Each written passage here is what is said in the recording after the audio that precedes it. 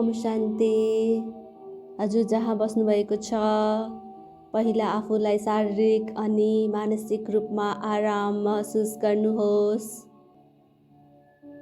अनुभव गर्नुहोस् म आत्मा भृकुटीको मध्यभागमा विराजमान छु। म आत्मा हुँ अति सूक्ष्म। यो शरीर म आत्माको साधन हो। म आत्मा र शरीरको चारैतिर एकदम ठुलो एकदम सुन्दर औरा बनेको छ, जुन हो पवित्रताको, प्रभु प्रेमको र शक्तिहरूको।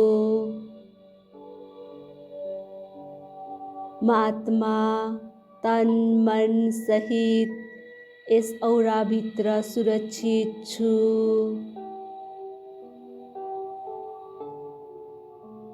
मेरो सम्पूर्ण अलौकिक ब्राह्मण परिवार एवं लौकिक परिवार तन मन सहित यस औराभित्र सुरक्षित छन्।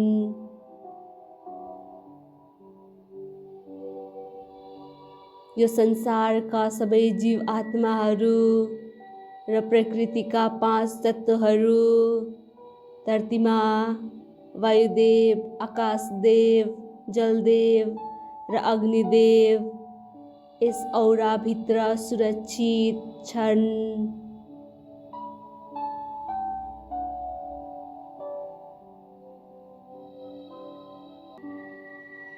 ओम शान्ति, ओम शान्ति, ओम शान्ति।